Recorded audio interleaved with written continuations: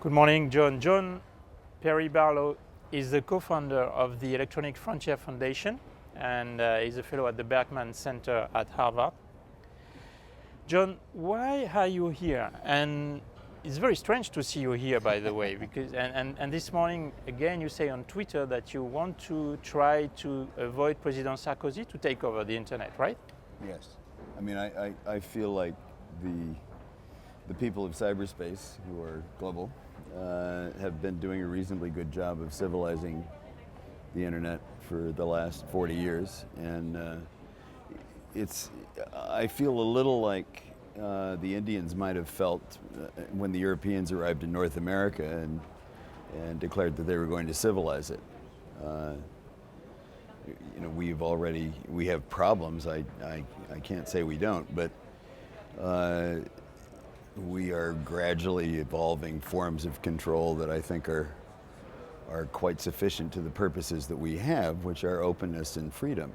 And I'm afraid that many of the topics of this conference are about making cyberspace safe for people who would claim to own its conversations, and people who would impose censorship on its conversations as well. And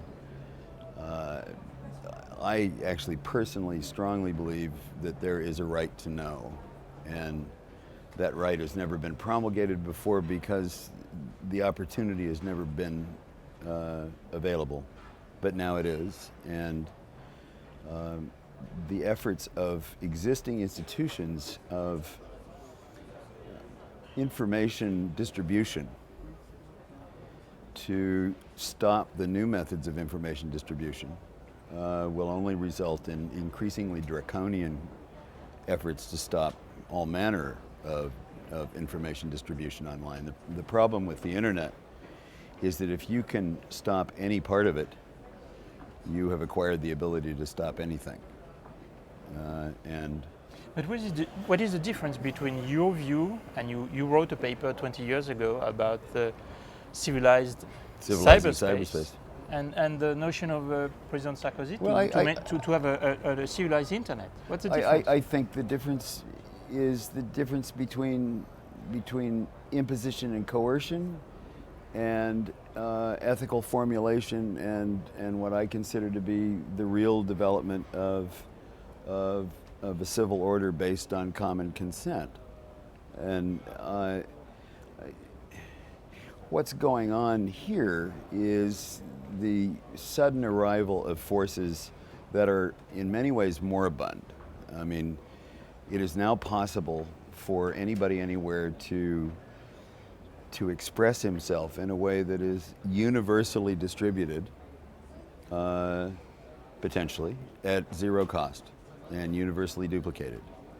And the necessity of the old content industries becomes increasingly questionable. I mean, the idea behind copyright was that it was there to incentivize creation.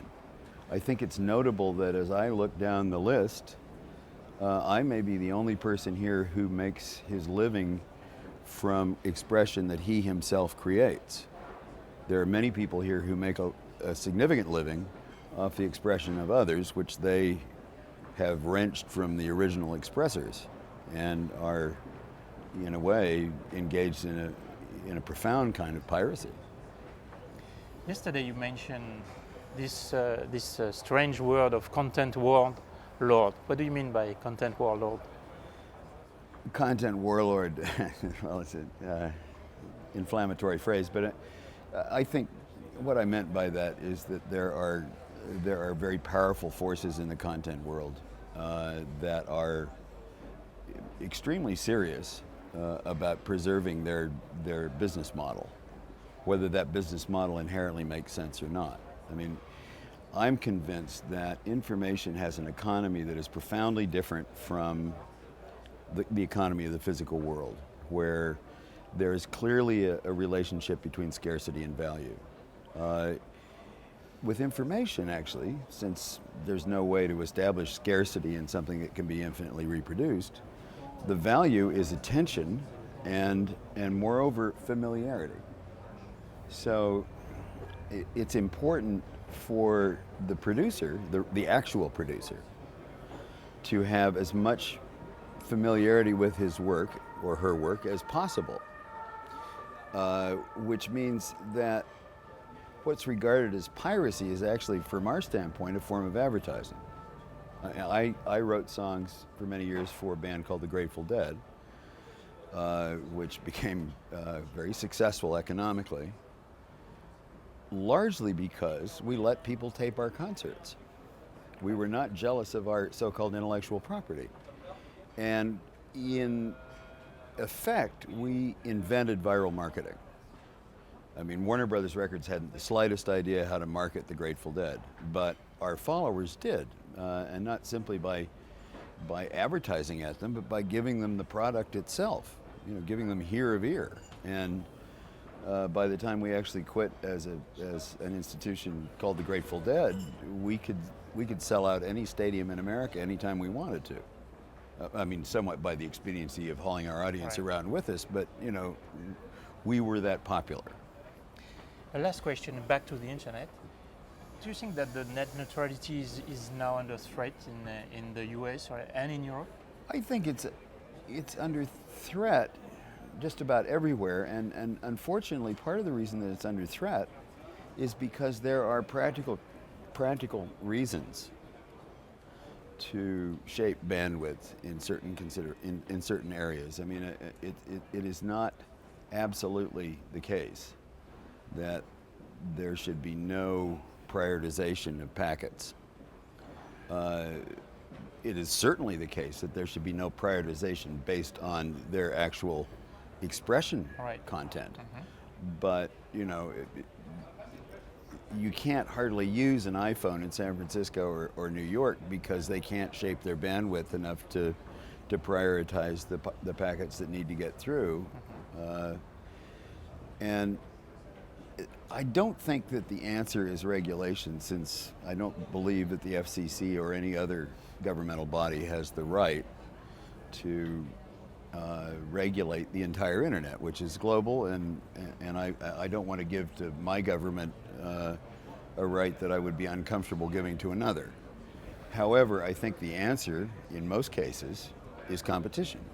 And if governments would be more proactive in stopping the monopoly that is forming in many cases on bandwidth delivery, that would take care of itself. I mean, for example, Comcast, where I live, I have two choices. I can go with Comcast or I can go with AT&T. AT&T is slow and inept. Comcast, on the other hand, just arbitrarily decided that it would no longer allow its users to access a whole range of sites, including all of the Pirate Bay sites, and did so without notice and has absolutely no legal recourse. I mean, there's nothing as a Comcast customer that I can do, and since I have nothing to turn to in terms of competition, there I am. Now, if I had another carrier that didn't take such a policy, I would be with him in a New York nanosecond. Thanks a lot, John. Thank you. Sure, thank you. Thank you.